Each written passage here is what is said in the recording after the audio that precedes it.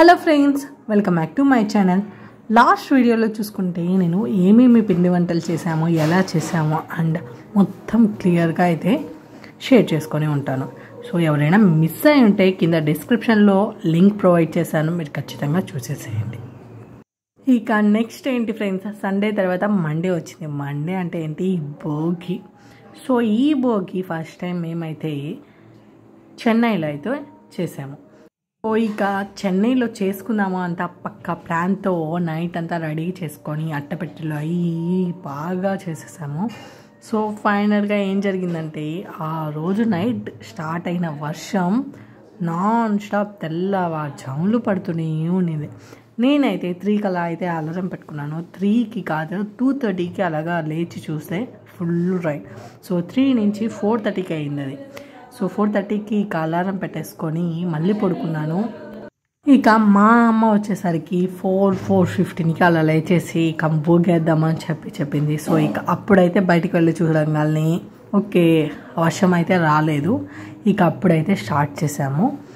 ఇక అలా స్టార్ట్ చేసేసి మా దగ్గర ఉన్న అట్టపెట్లు, అలానే ఏ అయితే కాగితాలు ఉన్నాయో, అలానే ఏ అయితే చీపుర్లు ఉన్నాయో, అలానే చెక్కలు అయితే ఉన్నాయి. చెక్కలు పెట్టడం వల్ల భోగి మంట అయితే చాలా బాగా కాలిందని చెప్పొచ్చు, అంత బాగా కాలింది. సో మేమైతే ఫైనల్గా 4:30కి అలా స్టార్ట్ చేసి 5:30 అలా అయితే అయిపోయింది. వెంటనే పోగైపోగానే మనం ఏం చేస్తాము, అంటే నా ప్లేస్లో ఉండి ఆలోచించండి ఏం చేస్తామో. సో కరెక్ట్గా ఆన్సర్ మైండ్లో కానీ ఉండుంటే కామెంట్ సెక్షన్లో అయితే కామెంట్ చేయండి. నేను ఇప్పుడే చెప్పేస్తున్నాను. నేనేం చేశానంటే ముగ్గు అయితే వేసాను. నార్మల్గా మనం ముగ్గులు పిచ్చి ఎక్కువ కదా, అది ఈ ధనుర్మాసంలో, అది పండగ రోజు, అది భోగి రోజు. ఏంటి ఫ్రెండ్స్, అది మన తెలుగు వాళ్ళం. సో తెలుగు వాళ్ళకి మనకి ముగ్గులకి సంక్రాంతికి మంచి అనుబంధమే ఉంది కదా.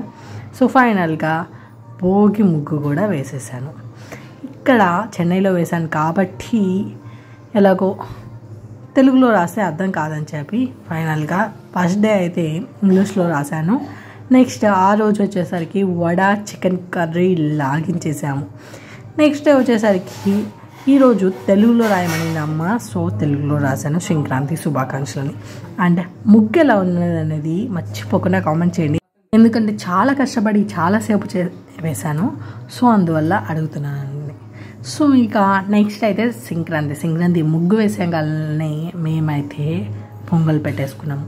పొంగలి వచ్చేసరికి నార్మల్గానే పెట్టుకున్నాము, ఏం స్పెషల్గా అంతా పెట్టుకోలేదు. ఇంకా స్పెషల్గా పిండి వంటలు అయితే చేయలేదు, ఎందుకంటే ఊరికి బయలుదేరాలి. అసలే నార్మల్గా మేము వచ్చేసరికి మండే బయలుదేరదాము అని అనుకున్నాము. బట్ సో ఎందుకులే ఇంకా దేవుడికి పెట్టేసుకొని ఇక బయలుదేరదామని చెప్పి ఇక ఇలా అయితే ప్లాన్ చేసాము. ఈ అరిటాకు అయితే మా ఇంటి వెనకాల ఉంది చెట్టు. సో అరిటాకు అయితే తీసేసుకొని ఇంకా ఫైనల్గా దేవుడికి అయితే ప్రసాదం పెట్టేసాము. ఇక నెయ్యి, పప్పు, పొంగలి సూపర్ కాంబినేషన్ కదా. సో అలా అయితే దేవుడికి అయితే ప్రసాదం పెట్టేసాము అండ్ పూజ కూడా చేసేసాము.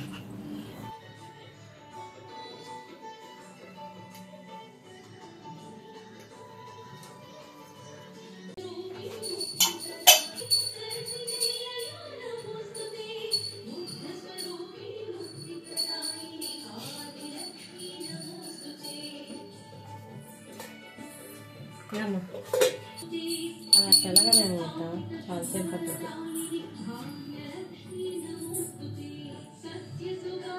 పైకి ఎత్తు.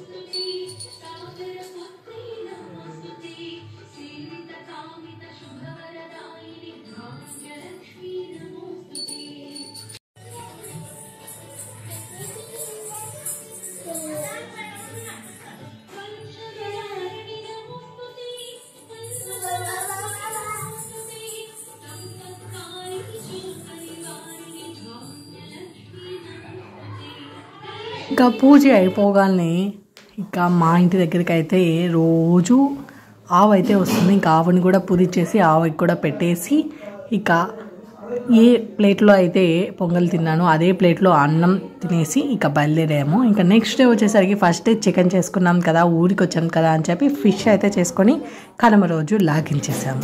చాలా తొందరగా చెప్తున్నా అనుకోకండి. హ్యాపీ సంక్రాంతి.